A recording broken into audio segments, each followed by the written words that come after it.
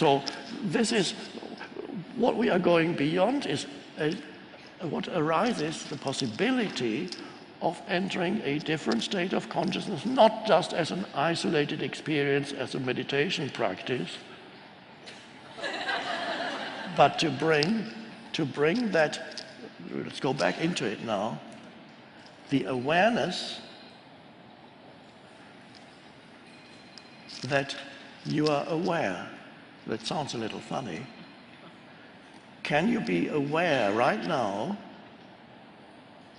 that everything that you perceive or think or feel can only be there because you are there as the space for it, the space of awareness in which that arises? Another question one could ask to point you to that inner reality is to ask, what does it feel like to be you without taking recourse to memory, to be you now, not remembering your story. It's only a story in the mind. But what does it feel like to be you? Now you can only, there's no conceptual answer because I'm asking about an actual experience or realization right now, here, now. What does it feel like? What is the essence of who you are? Can you sense your own presence? Now when I say your own, it's not totally correct, it's not yours. But let's just put it like that for a moment. Can you sense the very presence that is the essence of who you are? And it has no form. It is just spacious awareness. And that's an amazing thing, to know yourself as spacious awareness.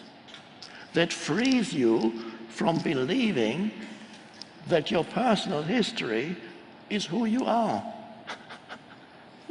Because your personal history is not that great. Mine isn't. It would be frustrating if I thought of my personal history.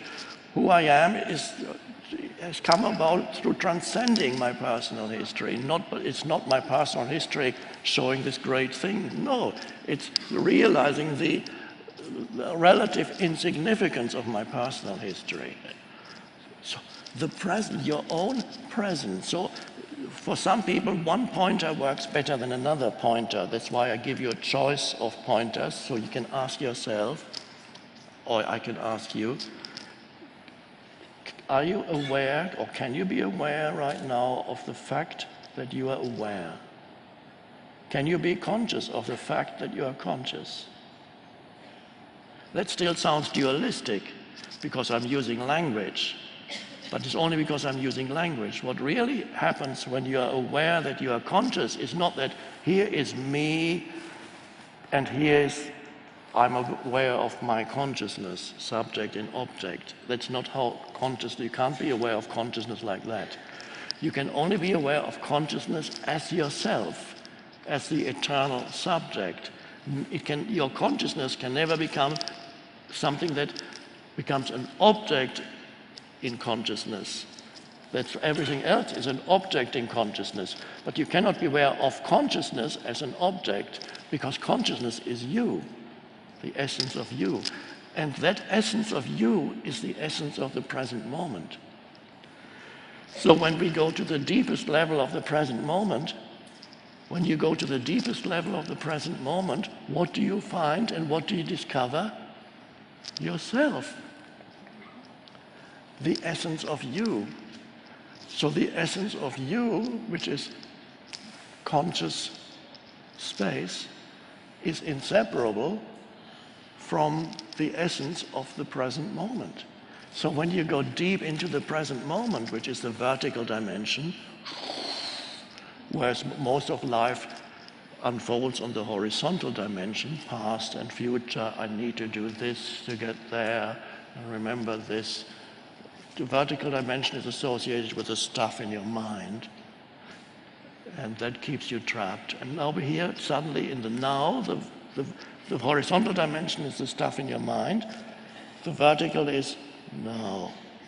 It takes you deeper into the now and to the point of discovery that the essence of now is ultimately who you are. And this is a wonderfully liberating realization, because it frees you from a false sense of self. If you don't realize the essence of who you are, you spend your whole life in a false sense of self, which I call the ego. It's a false sense of self that is derived from mind activity plus emotions that accompany mind activity. And because you're so identified with the mind, an entire sense of self, which is the ego, is derived from certain habitual and repetitive thought patterns, plus emotional and reactive patterns. That bundle of repetitive, unconscious, compulsive thought patterns and reactive and emotional patterns that go with it, that bundle that people who don't know that the deeper levels of who they are, that is called the person. The bundle of habitual thoughts that tell you your story. And you tell it to others too. You want to hear my story? You have suffered? Now listen to my story. Your suffering is nothing. Or as my dad used to say, whenever somebody said, I have a pain here, I have a pain there, he would say, you have a pain? I've had a pain for years, I don't even talk about it. You can enhance your sense of self in that way. It's all a false sense of self.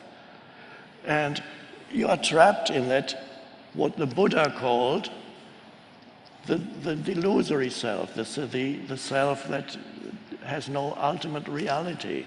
So the Buddha said there is no self. The self, anatta in the Pali language, in the old scriptures, the unreality of the self, this mind-made entity.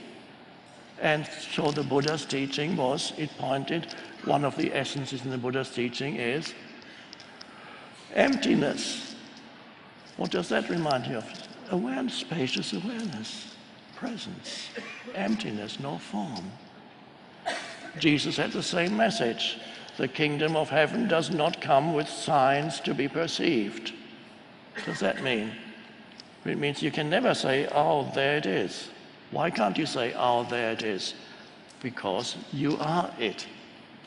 It can never become an object in your consciousness because it is consciousness itself. And people have been repeating the words of Jesus for 2,000 years. With who has understood them? Very few, maybe one or two Buddhists.